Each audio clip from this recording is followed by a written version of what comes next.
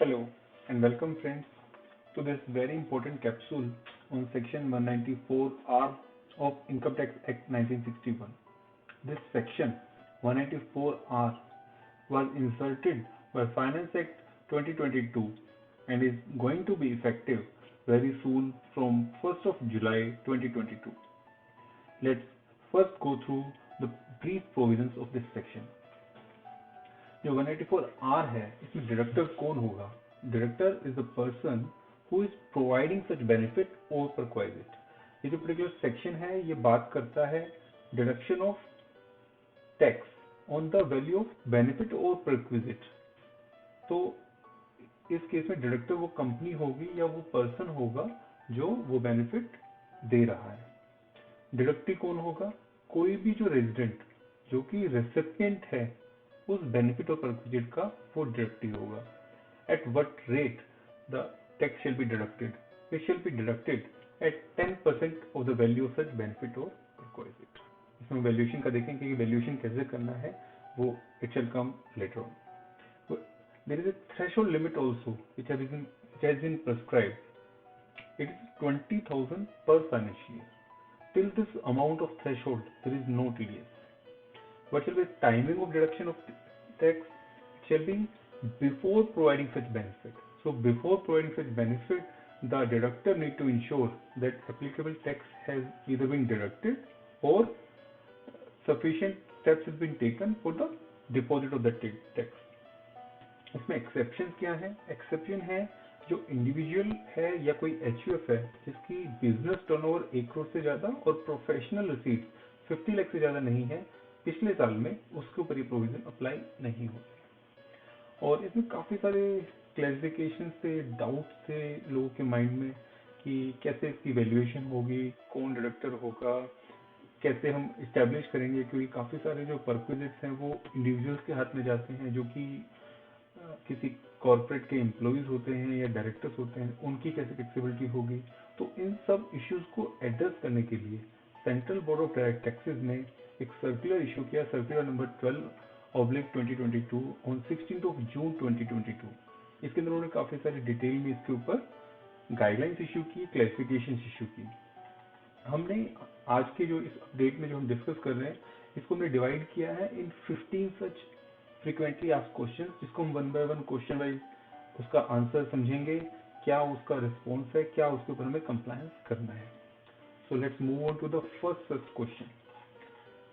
The first such question is for deducting TDS whether test of taxability under section 28(4) is required to be performed.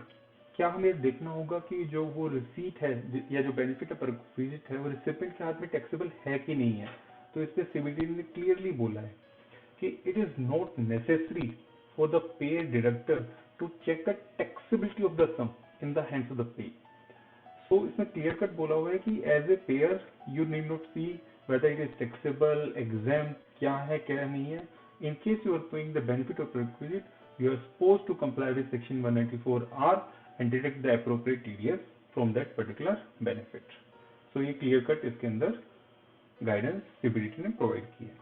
The second question which comes in mind is how to deduct TDS where benefit is only in kind or benefit in cash is not sufficient to discharge the TDS liability.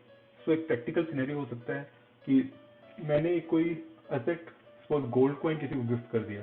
So gold coin is a in kind thing, तो मैं वो TDS कैसे जमा कराऊं? क्योंकि मैंने किसी को gold coin दे दिया सपोज 50,000 रुपीज का, आई एम सपोज टू पे टीडीएस ऑफ 5,000 रुपीज, बट मेरे पास तो 5,000 मैं उससे डिडक्ट नहीं कर सकता. तो उस केस में मैं टीडीएस लायबिलिटी डिस्चार्ज कैसे करूंगा? सो इस क्वेश्चन को आंसर करने के लिए उन्होंने बोला है कि before giving that gold coin to that person the payer need to ensure कि जो एप्लीकेबल टैक्स है वो पे हो गया है. सो वो मेरी ड्यूटी है. अब वो कैसे होगा वो हम नेक्स्ट क्वेश्चन में देखते हैं कि वो कैसे इंश्योर करेगा कि टैक्स पे हो गया है.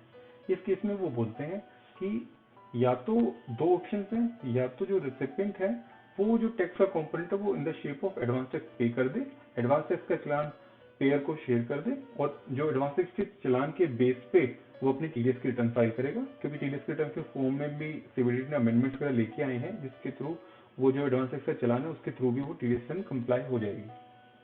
या एक तरीका है कि आप उसको ग्रोस अप कर लो, फिर सपोज 50,000 इज द वैल्यू, उसको ग्रोस अप करके आपने टीडीएस अपने पॉकेट से पे कर दिया पेयर में। तो ईदर ऑफ द ऑप्शन आपको टैक्स की कंप्लायंस करनी है। The fourth question is whether benefits or perquisites provided before 1st of July, because the provision is applicable from 1st of July 2022. So उससे पहले अगर कोई बेनिफिट या परक्वाइजिट हमने दे दिए हैं फाइनेंशियल ईयर में, तो उसका क्या होगा। तो इसमें सीबीडीटी ने बोला है कि क्योंकि ये जो 3 महीने हैं पहले अप्रैल टू जून के, इस पीरियड को कवर नहीं कर सकते हैं, तो जो पहले दे दिया है उसके ऊपर कोई टीडीएस की रिक्वायरमेंट नहीं है। बट तो जो वैल्यू ऑफ 20,000 है, जो साल की एक लिमिट दी हुई है, थ्रेशोल्ड लिमिट दी हुई है, उसके अंदर वो काउंट होगा। तो उसके लिए हमने 3-4 इसमें एग्जांपल्स बनाए हैं। Let's go through them one by one. The first example is say resident को जो बेनिफिट की पेमेंट की है up to 30th of June 2020 is 5,000 rupees, और 1st जुलाई से लेके उसने 18,000 की पेमेंट की है। तो इस केस में जो 5,000 है उसके ऊपर obviously there is no tax treatment, but जो बाद वाला जो अमाउंट है ऑफ 18,000 उसके ऊपर टैक्स काटना पड़ेगा। इन केस जो पेयर है उसको लगता है कि the amount of benefit is going to exceed the threshold limit, in that case उसको डिफरेंशियल पे टैक्स काटना शुरू करना पड़ेगा, क्योंकि the wording used is exceeds और लाइकली टू एक्सीड। तो इन केस उसको लगता है कि जिस टाइप का उनका अरेंजमेंट है with the benefit recipient that is such that amount is going to cross 20,000, then he need to start collecting TDS on that amount. Second question comes is कि benefits provided up to 30th of June is say 25,000. It is more than the limit. And benefit provided after 1st July is say 60,000 rupees. इस case में 25,000 के ऊपर obviously tax 30 जून तक था नहीं, तो there is no requirement to deduct TDS. But जो बाद वाला 60,000 का पोर्शन है उसके पूरे अमाउंट के ऊपर आपको TDS काटना पड़ेगा। The third question is, say benefit provided up to 30th June is 6,000 rupees, and post that there is no benefit given. तो in this case कोई TDS की रिक्वायरमेंट है नहीं, क्योंकि दो 20,000 limit has been breached, but post 30th June there is no benefit given, hence there is no TDS. The next question is whether TDS is required to be deducted where benefit is in the form of capital asset. So again, as we have discussed in the first question, कि इसमें आपको देखना ही नहीं है कि उसके हाथ में टैक्सेबल है नहीं है, कैपिटल एसेट है, रेवेन्यू एसेट है, क्या है। That is not going to be checked by the payer. It is only whether a certain asset or certain benefit is flowing from him to the recipient or not. In case that is there, like in some cases laptops are given, or say motor vehicle is given, so all those cases will also fall in this, and TDS need to be deducted on the same. The next question is whether TDS is required to be deducted on sales discount, cash discount and rebates given to customers. तो इसके ऊपर भी काफ़ी queries थी, जो दो the section की interpretation से क्लियर होता था कि इन चीज़ों के ऊपर अप्लाई नहीं होगा, because they are reflected in monetary terms and the recipient also account for them in the books. So there is no question of any TDS per se, but CBDT has now clearly clarified that all these kind of credit notes, discounts, etc. between the buyer and the seller are not a perquisite, and thus there is no requirement of TDS. Similarly, like buy one get one free, because buy one get one free schemes also, the free product is not free essentially. It is the composite supply wherein two products are given at the price of one. So there is no requirement of TDS. However, CBDT has clarified that not all transactions would be out of the scope of TDS. Only the specified, like which we have discussed, the discounts and everything will be covered, but free samples given by sellers, they would be covered. Then incentive in the form of car, TV, computer, gold coins, overseas trips, etc. they all shall be covered. Free ticket for an event, hotel stays, and medicines given generally we see in case of medical practitioners. The pharma companies do give them medicine supplies free of cost. So all these shall be covered under TDS. Then the next question comes whether benefits are provided to employees of the recipient entity in whose name TDS should be deducted. So the question is basically I am giving the benefit of say X company. However, that benefit is going to the employees of that recipient entity. So how TD shall be deducted and in whose name TD shall be deducted. So the CBT has clarified that in all such cases we need to deduct the TDS in the name of recipient entity itself, because from the payer's point of view he is dealing with the recipient entity. The benefit is being enjoyed by his employees, directors, etc. But at the first place, the recipient entity is the taxable entity. So the payer is going to deduct the TDS of the recipient entity itself. Post that, the recipient entity need to see whether it need to deduct subsequent TDS of that particular employee, considering that benefit which has been given as perquisite in his hands, and accordingly in case of director also. So that treatment shall be secondary treatment. But at the first place, the 194R provision shall be applicable and the TDS shall be deducted of the recipient entity's name only.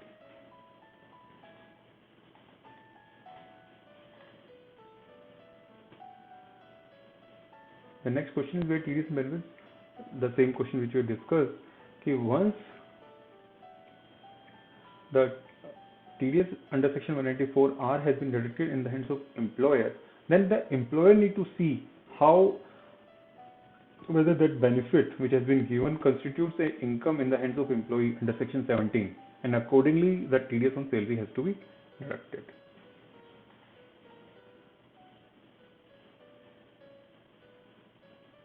So the next question is whether threshold for deduction of TDS shall be considered in respect of each employee. No, that can't happen, because the benefits are being given to the recipient entity, and entity as a whole need to be seen for the threshold limit of 20,000 rupees.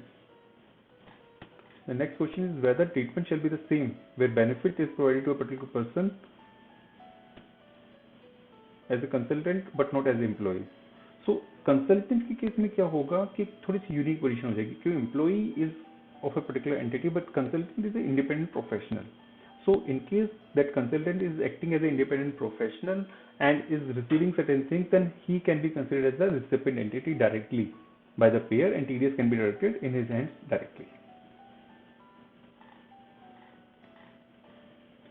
तो इसमें valuation कैसे होगा, तो CBDT ने clearly इसके अंदर prescribe किया है कि जो गुड्स हैं या जो बेनिफिट हैं अगर वो परचेज हुए हैं before providing it to the recipient, तो जो परचेज प्राइस है that shall be considered as the value of perquisite, and in case उसने खुद मैन्युफैक्चर किए हैं तो जो प्राइस वो अपने कस्टमर से चार्ज करता है for those products those benefits, वो उसका वैल्यू ट्रीट किया जाएगा. और फिर नेक्स्ट क्वेश्चन जो काफ़ी बार ये क्वेरी आती है कि जीएसटी जो है वो इंक्लूड किया जाएगा क्या वैल्यू, उसमें क्लियरली सीबीडीटी ने मना किया है कि GST will not be included for the purpose of valuation of benefit under section 194R. तो इसलिए जो कॉस्ट अमाउंट है, जो बेस वैल्यू है, उसी के ऊपर प्रोक्यूरेट काउंट होगा, जीएसटी के अमाउंट के ऊपर प्रोक्यूरेट काउंट नहीं होगा. अब नेक्स्ट क्वेश्चन एक आता है कि काफ़ी बार जो सोशल मीडिया इन्फ्लुएंसर है उनको काफ़ी बार एडवर्टीजमेंट वगैरह करने के लिए या रिकमेंडेशंस देने के लिए प्रोडक्ट्स, सैम्पल प्रोडक्ट्स भेजे जाते हैं. सो इन केस वो सैम्पल प्रोडक्ट्स भेजे गए हैं और वो सोशल मीडिया इन्फ्लुएंसर्स ने रिटेन कर लिए हैं, यूज़ कर लिए हैं, उस केस में परक्विजिट बन जाएंगे. But in case post that advertisement और social media thing, those products are returned back to the company. In that case, there will not be any perquisite. एक क्वेश्चन आता है कि जो आउट ऑफ पॉकेट एक्सपेंसेस हैं उसके ऊपर 194R apply होगा क्या. इसमें सीबीडीटी ने काफ़ी क्लियरली इसको एक्सप्लेन किया है कि अगर जो वो एक्सपेंडिचर है it was the liability of the person, the pair company in the first place, तो उसको नहीं माना जाएगा, एज ए परक्विजिट नहीं माना जाएगा. बट इन केस वो जो बेनिफिट है वो लायबिलिटी नहीं है और फिर भी उसने उसको रियम्बर्स किया या इनकर किया, उस केस में वो परक्विजिट माना जाएगा. अब एक क्वेश्चन आता है कि जो expenses incurred on arrangement of conference और इवेंट फॉर डीलर्स के लिए जो इवेंट होते हैं बड़े बड़े, तो उन पे बेनिफिट कैसे काउंट होगा। तो इसमें सीबीडी ने क्लैरिफाई किया है काफ़ी सारी सिचुएशंस ऐसी होती हैं जहाँ पे इस टाइप के इवेंट्स करने पड़ते हैं कंपनी के एज पर बिजनेस नेसेसिटीज। जैसे कि कोई नया प्रोडक्ट लॉन्च हो रहा है या कोई डिस्कशन करना है कि प्रोडक्ट्स को हम बेटर कैसे कर सकते हैं, डीलर्स से ऑर्डर्स वगैरह लेने के लिए इस टाइप से कॉन्फ्रेंस ऑर्गेनाइज की जाती है, सेल्स की टेक्निक सिखाने के लिए, या कोई डीलर्स कस्टमर्स की कोई ग्रीवेंसेस हैं, कोई क्वेरीज हैं, उनको रिड्रेस करने के लिए, या अकाउंट सेटलमेंट करने के लिए, इस टाइप की अगर होते हैं तो उस केस में ये बिल्कुल बिजनेस की रिक्वायरमेंट है और वो अलाउड है, उस केस में कोई परक्विजिट नहीं बनेगा। बट इसके अंदर एक राइडर है कि वो जो कॉन्फ्रेंस हो रही है वो should not be in the nature of incentive कि कुछ सिलेक्टेड डीलर्स हैं कि जिन्होंने कोई स्पेसिफिक अचीवमेंट की है या कोई टारगेट फुलफिल किया है, उनके लिए वो पर्टिकुलरली अरेंज की हुई है conference. It should be general conference, तो उसमें कोई इशू नहीं है। बट अगर वो टारगेट के इंसेंटिव के रूप में अगर उसको कॉन्फ्रेंस में इन्विटेशन मिला है तो वो एक इंसेंटिव प्रिक्विजिट ट्रीट होगा। और इसमें सीबीडी ने ये भी क्लैरिफाई किया है कि किन किन सिनारियोज में टीडीएस की एप्लीकेबिलिटी आ जाएगी। जैसे कि कोई लेजर ट्रिप है और दो एक मेन कॉन्फ्रेंस है, बट उसमें एक सर्टेन पार्ट इज देयर जहाँ पे थोड़ा सा घूमना फिरना या अपार्ट फ्रॉम वर्क कुछ पार्ट उसमें ऑर्गेनाइज किया हुआ है, उस कंपोनेंट को परक्विजिट मान लिया जाएगा। या उनके फैमिली मेंबर्स भी अकम्पनी कर रहे हैं इस टाइप की मीट में, उसको परक्विजिट मान लिया जाएगा। या मान लो कोई जो बिजनेस कॉन्फ्रेंस है दैट इज शेड्यूल फॉर से 27 जून, बट जो पार्टिसिपेंट्स हैं वो 26 को आ गए हैं या 28 तक स्टे बैक कर रहे हैं, तो उस केस में जो एडिशनल डेज हैं apart from the day of conference उसको भी एज ए परक्विजिट मान लिया जाएगा। तो ये सब सारे क्वेश्चंस थे जिसको हमने डिस्कस किया है 184 आर में, और ये नया सेक्शन है। इसके अंदर इसके बाद भी there can be many interpretation related और practical challenges this can crop up. So कोई भी इस टाइप के अगर आपके मन में डाउट्स या क्वेरीज आते हैं, you are free to comment and we shall try to reply them back and give our views on that to the best of our possibilities. Thanks for watching this video and stay tuned for more knowledge capsules. Thank you.